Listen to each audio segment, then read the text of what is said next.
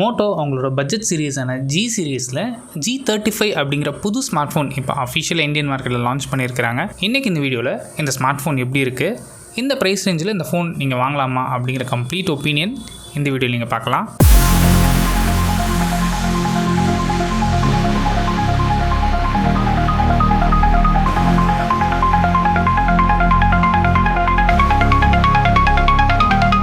First நம்ம எப்போவுமே பார்க்குறது ஃபோனோட டிசைன் தான். டிசைன் எப்பவும் போல் ஜி சீரீஸில் இப்போ என்ன டிசைன் கொடுத்தாங்களோ அதே டிசைன் தான் இங்கேயும் ரிட்டைன் பண்ணியிருக்கிறாங்க.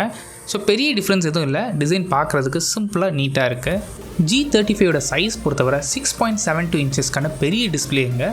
அண்ட் இதோட ரெசல்யூஷன் பொறுத்தவரை ஃபுல் HD+. இந்த பட்ஜெட் ரேஞ்சில் ஃபுல் HD+ ஸ்க்ரீன் கொடுத்துருக்கிறது ஒரு பெரிய அட்வான்டேஜ். இந்த டிஸ்பிளேக்கு 120Hzக்கான ரெஃப்ரெஷ் சப்போர்ட்டும் இருக்குது. கூடவே உங்களுக்கு கார்னிங்கோட கொரில்லா கிளாஸ் வெர்ஷன் 3 ப்ரொடெக்ஷனும் இங்கே கொடுத்துருக்காங்க இந்த டிஸ்பிளேக்கு. இந்த டிஸ்பிளேட பீக் பிரைட்னஸ் பொறுத்த வரைக்கும் 1000 nits வரைக்கும் போகும்னு சொல்லி இங்கே மோட்டோ கிளைம் பண்ணுறாங்க. அட்லீஸ்ட் ஒரு 600 to 800 வந்தாலே தாராளமாக போதுமானது இந்த பட்ஜெட் ரேஞ்சில். நெக்ஸ்ட் ப்ராசஸரை பொறுத்த வரைக்கும் யூனிசாக்கோட T760 அப்படிங்கிற புது SoC இங்கே யூஸ் பண்ணியிருக்கிறாங்க. இந்த SoC சப்போர்ட் பண்ணுறதுக்கு உங்களுக்கு 4GB LPDDR4X RAM ஆப்ஷனும் அண்ட் 128GB UFS 2.2 ஸ்டோரேஜ் ஆப்ஷனும் இங்கே அவைலபிளாக இருக்குது. ஸோ இந்த ப்ராசஸர் எந்த அளவுக்கு உங்களுக்கு பெர்ஃபார்ம் பண்ணணும் தெரிலனா ஒரு MediaTek G99 எந்த அளவுக்கு பெர்ஃபார்ம் பண்ணுமோ கிட்டத்தட்ட அதே அளவுக்கான பெர்ஃபார்மன்ஸ் இந்த ஃபோனில் உங்களால் எதிர்பார்க்க முடியும். ஸோ பேசிக்காக உங்களோட யூசேஜ் ரொம்பவே சிம்பிளாக இருக்க போகுது. பேசிக் அப்ளிகேஷன்ஸ் தான் நீங்கள் யூஸ் பண்ண போகிறீங்க, இல்லை சின்ன கேஷுவல் கேம்ஸ் ப்ளே பண்ண போகிறீங்கன்னா தாராளமாக இந்த ஃபோன் உங்களுக்கு போதுமானது தான்.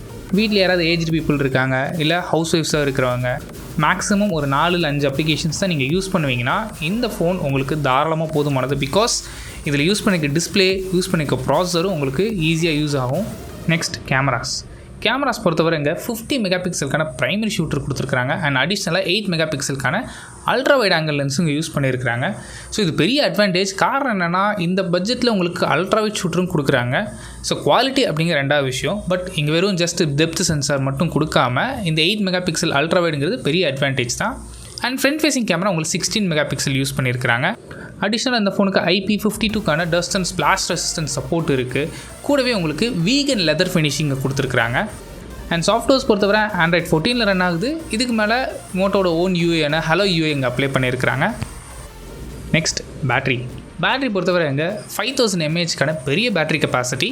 அண்ட் இதை சப்போர்ட் பண்ணுறதுக்கு உங்களுக்கு 20 வாட்ஸ்க்கான ஒயர்டு ஃபாஸ்ட் சார்ஜிங் சப்போர்ட்டும் இங்கே இருக்குது. ஸோ இந்த ஒரு 10,000 ரேஞ்சுக்குள்ளே இவ்வளோ ஃபீச்சர்ஸை பேக் பண்ணி கொடுத்துருக்குறாங்க.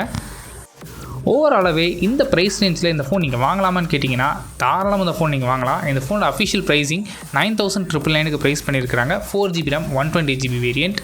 இந்த ஃபோன் மொத்தம் 3 கலர்ஸில் அவைலபிளாக இருக்குது, ரெட், க்ரீன் அண்ட் பிளாக் கலர்ஸில். இந்த ஃபோன் யாருக்கான ஃபோன் அப்படின்னு நான் ப்ராசஸர் எக்ஸ்பிளைன் பண்ணும்போதே சொல்லியிருந்தேன். உங்களோட யூசேஜ் அந்தளவுக்கு தான் இருக்குன்னா தாராளமாக கண்ண மூடி இந்த ஃபோன் நீங்கள் வாங்கலாம். அண்ட் அடிஷ்னலாக இந்த ஃபோனுக்கு 5G சப்போர்ட்டும் இருக்குது. அண்ட் இந்த ஃபோனை பற்றி உங்களோட ஒப்பீனியன் என்ன, இந்த ப்ரைஸ் ரேஞ்சில் இந்த ஃபோன் நீங்கள் வாங்குவீங்களா அப்படிங்கிறத கமெண்ட் பண்ணுங்கள். தேங்க்ஸ் ஃபார் வாட்சிங்.